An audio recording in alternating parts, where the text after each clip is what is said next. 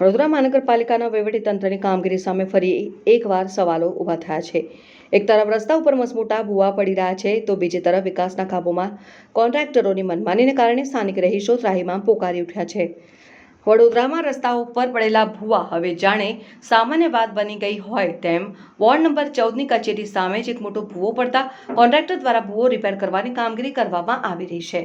Ward number 7માં આવતો આ વિસ્તારમાં ચાલી રહેલી કામગીરીએ સ્થાનિકોને ભારે મુશ્કેલીમાં મૂકી દીધા છે।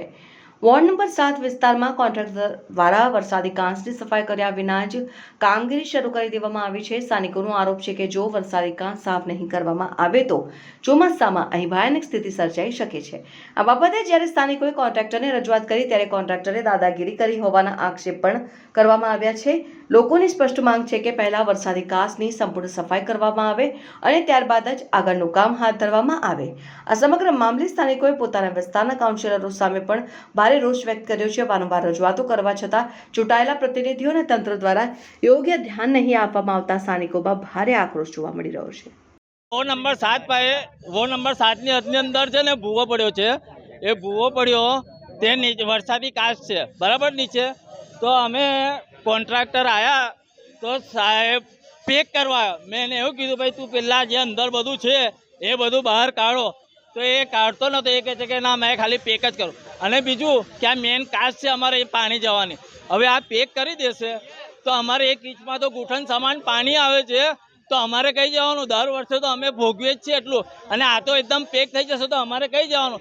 કોન્ટ્રાક્ટરને કીધું તારા સાહેબનો નંબર હાલ, તો કે સાહેબનો નંબર મારી પાસે છે જ નથી, તમે ઓફિસમાં જઈને મળી આવવાનું કહે છે। એટલી બધી દાદાગીરીઓ કરે છે કોન્ટ્રાક્ટરો બી।